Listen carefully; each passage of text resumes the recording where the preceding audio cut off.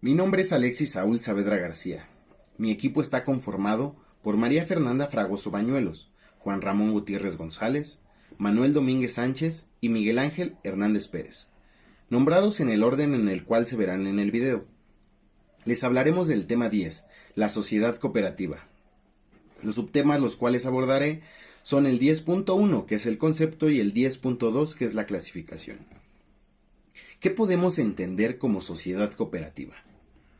Acorde a la Ley General de Sociedades Cooperativas, podemos entender que es una forma de organización social integrada por personas físicas, con base en intereses comunes y en los principios de solidaridad, esfuerzo propio y ayuda mutua, con el propósito de satisfacer necesidades individuales, colectivas, a través de la realización de actividades económicas de producción, distribución, consumo de bienes y servicios. Esto es ideal para socios con intereses en común, que al unirse tienen más fuerza que en solitario. Las sociedades cooperativas no son sociedades mercantiles. Si bien se encuentran contempladas, la sociedad cooperativa cuenta con su propia regulación en virtud de su objeto especial, ya que usualmente se les considera un tipo de sociedades enfocada para los trabajadores. Las sociedades cooperativas podrán dedicarse libremente a cualquier actividad económica lícita. Ahora veamos que para constituirla hay diferencias. Así, por ejemplo, como que debe de haber al menos 5 socios y en caso de que ésta esté orientada al ahorro y préstamo, se requiere mínimo 25 socios. Asimismo, se administrará democráticamente, considerándose a todos los socios en igualdad de derechos y obligaciones. Al mismo tiempo es importante señalar que existen clases y categorías. Comenzaremos con las clases, la cual se divide en 3, que son las siguientes. La 1 es de consumo, bienes y o servicios, la 2 de producción de bienes y o servicios y la 3 de ahorro y préstamo. En el siguiente punto examinaremos cada una de estas clases, iniciando con la clase de consumo. En base a la Ley General de Sociedades Cooperativas en el artículo 22, son aquellas cuyos miembros se asocian con el objetivo de obtener en común artículos, bienes o servicios. Por ello, sus hogares, sus actividades de producción, estos artículos que adquieren los pueden vender al público en general en base a los siguientes lineamientos. Podrán dedicarse a las actividades de abastecimiento y distribución, así como a la prestación de servicios relacionados con la educación o la obtención de vivienda, previsto en el artículo 26 de la Ley General de Sociedades Cooperativas. Algunos ejemplos de las actividades son servicios de asistencia de personas mayores, productos culturales y nuevas tecnologías, producción de consumo y energía verde, así como la atención de la discapacidad, entre otros. La siguiente clase es de producción, que son aquellas cuyos miembros se asocian para trabajar en común en la producción de bienes o servicios, aportando su trabajo personal, físico o intelectual, independientemente del tipo de producción que se realice. Eso de acuerdo a la Ley General de Sociedades Cooperativas en el artículo 27. Menciona que se pueden almacenar, conservar y transportar, así como comercializar sus productos. Dando un ejemplo de este tipo de sociedad, se pueden ser actividades pesqueras, producción agropecuaria, extracción de minerales, transporte colectivo y de carga. Por último, la tercera clase, que es del ahorro y préstamo, que son aquellas sociedades constituidas y organizadas conforme a la Ley General de Sociedades Cooperativas, que independientemente del nombre comercial, razón o denominación social que adopten, tengan por objeto realizar operaciones de ahorro y préstamo con sus socios y quienes forman parte del sistema financiero mexicano, con el carácter de integrantes del sector social sin ánimo de especulaciones.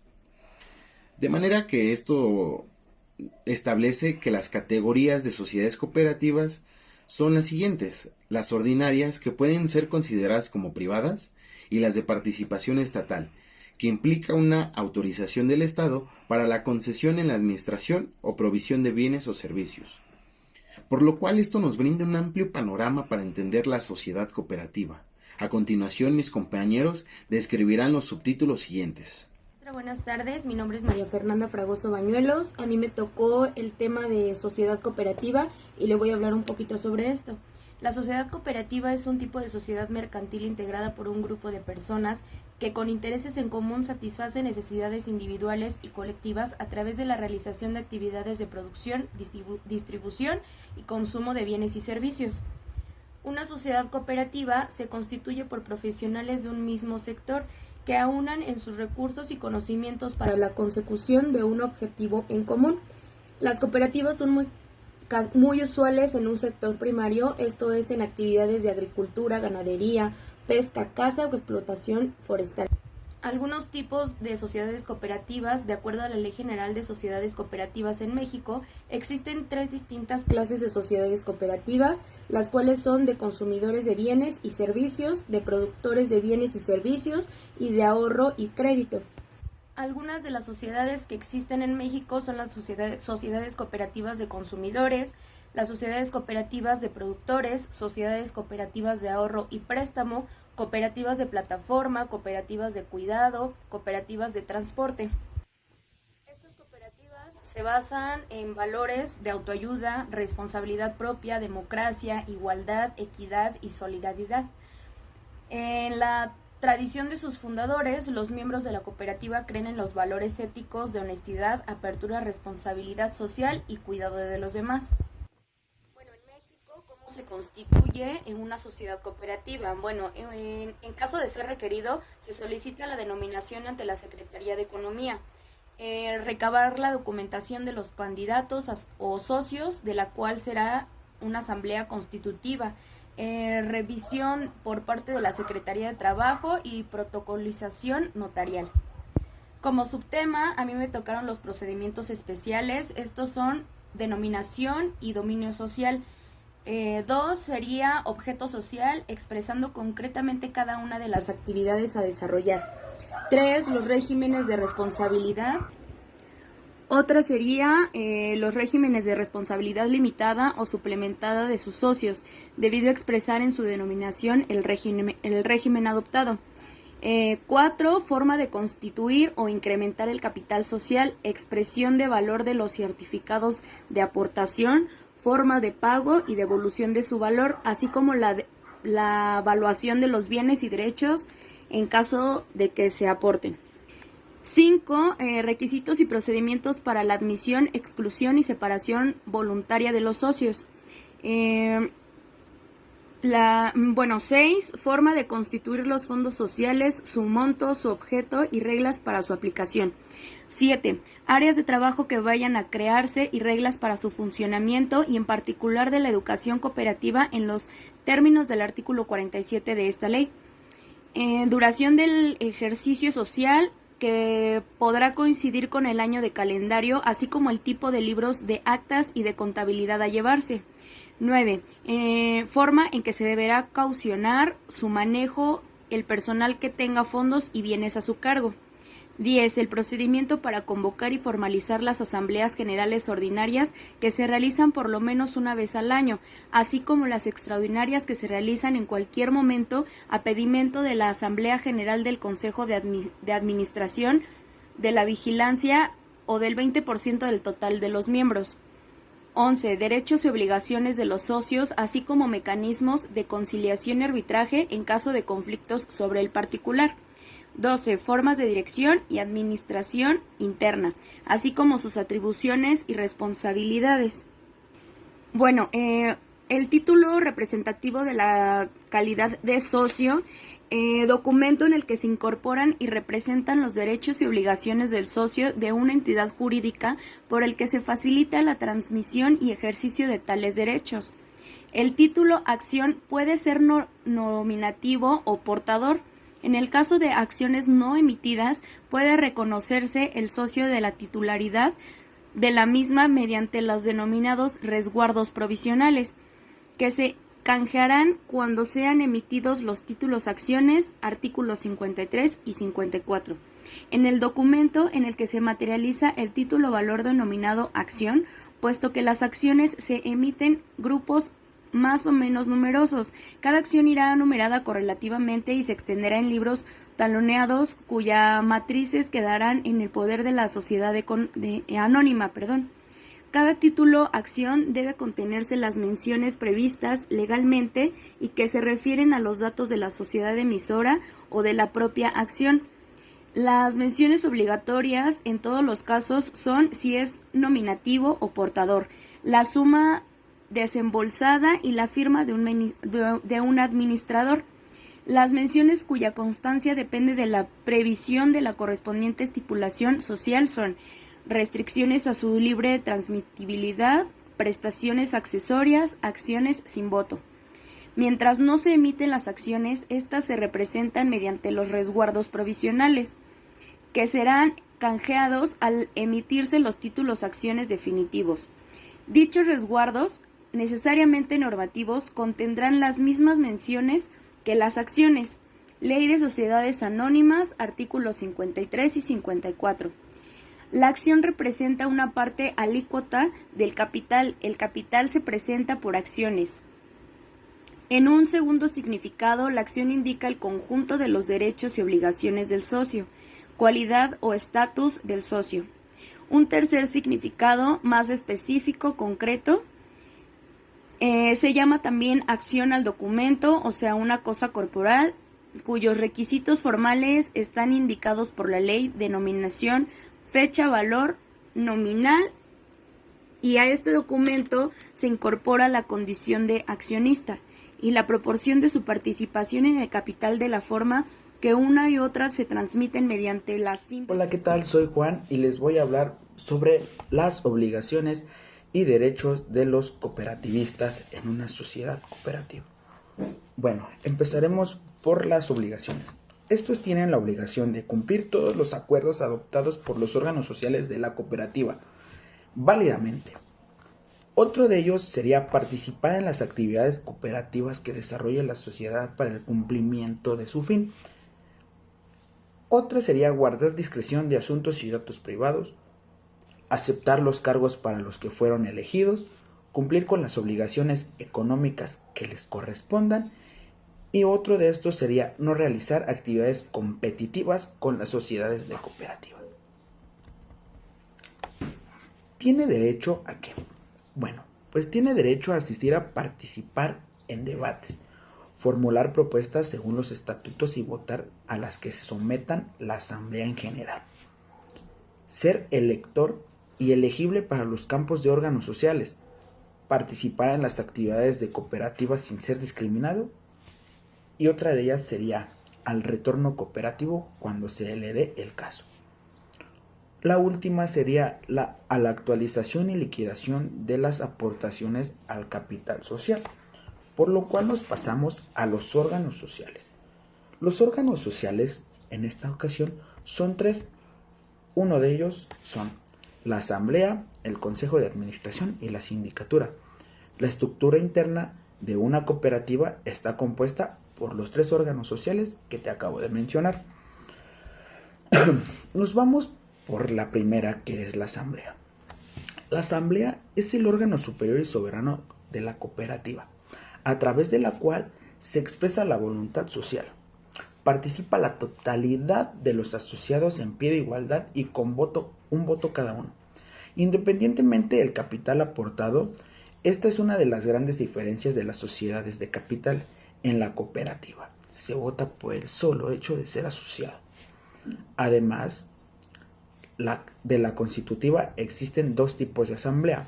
Una de estas es la ordinaria y la otra es la extraordinaria.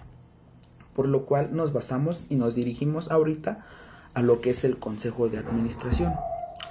El Consejo de Administración es el que te voy a decir a continuación. Es el órgano elegido por la Asamblea para administrar y dirigir todas las operaciones sociales y realizar todas las funciones que no están expresamente reservadas para aquella por la ley. Sus integrantes deben de ser asociados y no menos de 3. La duración de los consejeros en sus cargos la determina el estatuto, pero no puede exceder de los 3 ejercicios. Son reelegibles, sí, así lo expresa el estatuto. Los temas tratados en el Consejo de Administración deben constar en su libro de actas de reuniones. Las actas deben de estar firmadas por el presidente y un consejo que generalmente es el secretario. Las reuniones, el consejo debe reunirse por lo menos una vez al mes. La convocatoria está, en principio, a cargo del presidente, pero no puede solicitarla cualquier consejero.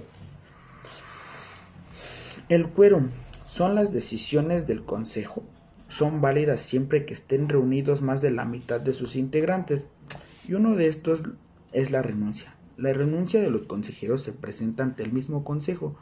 Esta puede aceptarla siempre que no se afecte su normal funcionamiento. Si la renuncia no es aceptada, el consejero debe de mantenerse en el cargo hasta la realización de la próxima asamblea. Después de esto nos pasamos a lo último, que sería la sindicatura. La ley 20.337 expresa que la fiscalización privada de la cooperativa está a cargo de uno o más síndicos elegidos por la asamblea, designándose a un número no menor de suplentes. Pueden ser reelectos. En general, su función es velar porque el Consejo de Administración cumpla la ley. El estatuto, el reglamento y las resoluciones que adopte la Asamblea, es decir, controlar la gestión del Consejo de Administración representando los intereses del conjunto de los asociados. Los asociados deben dirigirse al síndico para solicitar toda clase de información vinculada a las constancias de los libros de la entidad, excepto en el caso del libro del registro de asociados al que tienen libre acceso. Buen día, compañeros, yo les hablaré un poco sobre los órganos sociales en la sociedad cooperativa. Además de la constitutiva, existen dos tipos de asamblea. La ordinaria se realiza obligatoriamente una vez al año y dentro de los 4 meses posteriores a la finalización del ejercicio económico. Esta asamblea evalúa la gestión del Consejo de Administración, poniéndose a su consideración el balance, la memoria, los estados de resultados, informes del síndico y del auditor externo.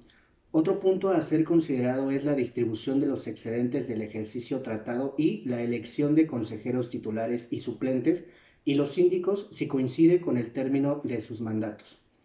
La extraordinaria se convoca en cualquier momento para tratar los temas indicados por la ley o el estatuto y cualquier otro asunto que por su importancia quiera ponerse en consideración de la asamblea, por ejemplo, reforma del estatuto, aprobación de reglamentos, fusiones, compras o ventas por montos que excedan límites estatutarios, entre otros.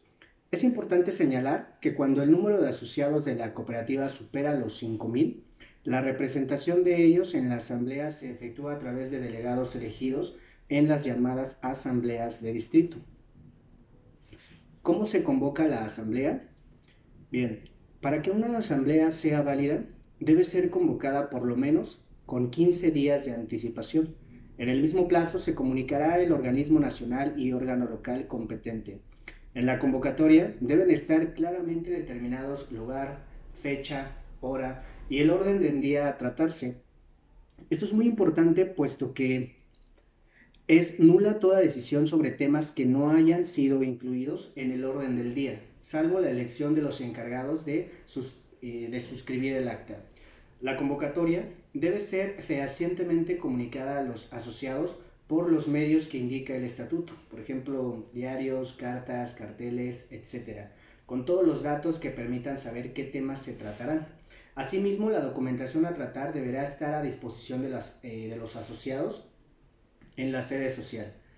¿Quién convoca la asamblea? Bien, lo normal es que la iniciativa de la convocatoria surja del Consejo de Administración. En casos excepcionales, cuando el Consejo no la hubiera convocado en término, lo hará el síndico. Si se trata de la ordinaria y cuando lo juzgara necesario, para el caso de una extraordinaria, en estos casos siempre debe existir requerimiento previo al Consejo. El 10% de los asociados también puede solicitar al Consejo que se convoque la asamblea. Por otra parte, la autoridad administrativa de Contralor, en ejercicio de sus facultades de fiscalización pública, puede convocar la asamblea cuando lo soliciten los asociados cuyo número equivalga por lo menos al 10% del total, siempre que el Consejo de Administración no hubiera dado cumplimiento al estatuto en los plazos previstos o, asimismo, cuando el Consejo hubiera denegado infundamente el pedido y cuando se constaran graves irregularidades y se estimara la medida imprescindible para normalizar el funcionamiento de la cooperativa. Y por último, les comentaré también algunos de los derechos de los socios en las sociedades cooperativas. Por ejemplo, tienen derecho a la baja voluntaria, a recibir la información sobre los derechos y cumplimiento de sus obligaciones, a la información necesaria para la realización de su trabajo. Además de todos estos derechos, tendrá también el derecho a la información.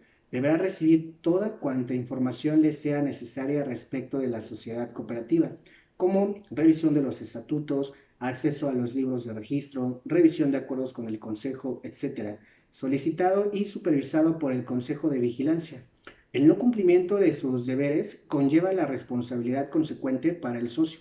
Se establecen, además de los derechos y deberes, unas normas sobre la disciplina social. Estas normas castigarán a los socios si incurren en los tipos tipificados en los estatutos y los reglamentos de ética.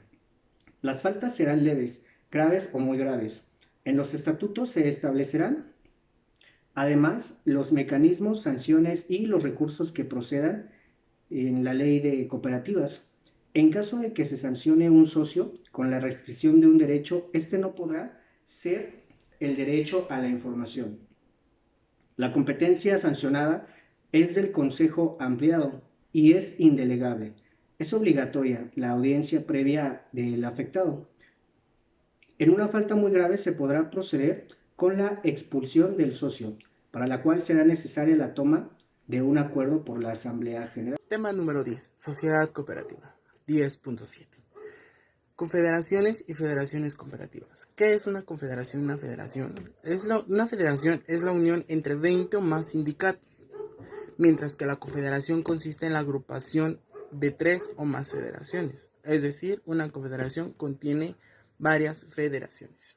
Respecto a lo anterior, el objetivo principal de las federaciones y confederaciones es proteger e investigar los derechos de los trabajadores.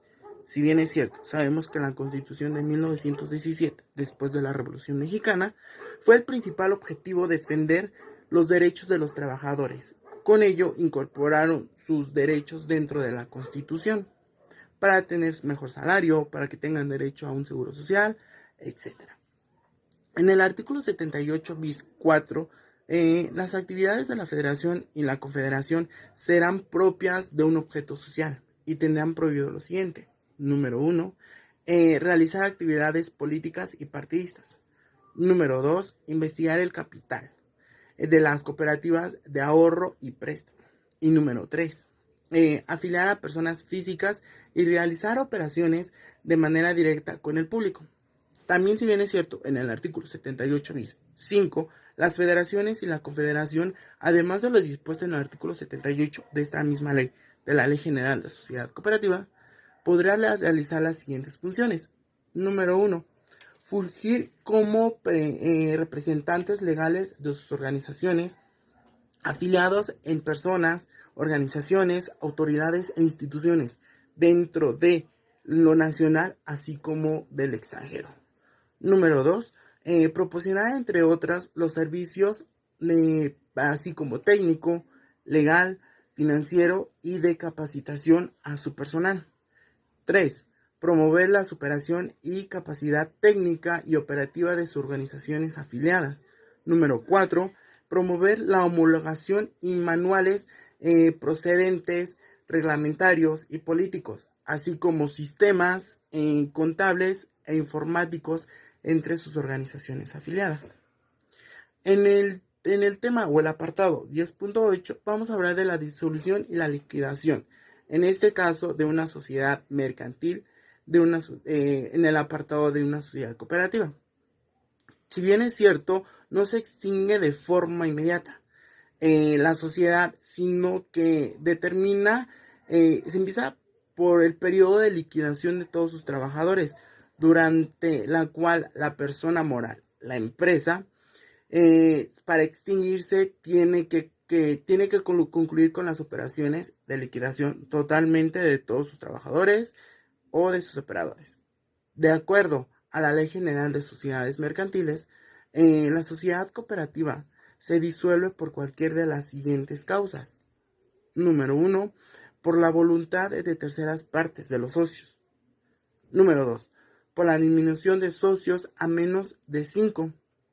Número 3, porque llega a consumarse el objetivo, el fin por el cual se creó la empresa. Número 4. Porque el estado económico de la sociedad cooperativa no llega a un o no permite continuar por sus operaciones por cuestión económica.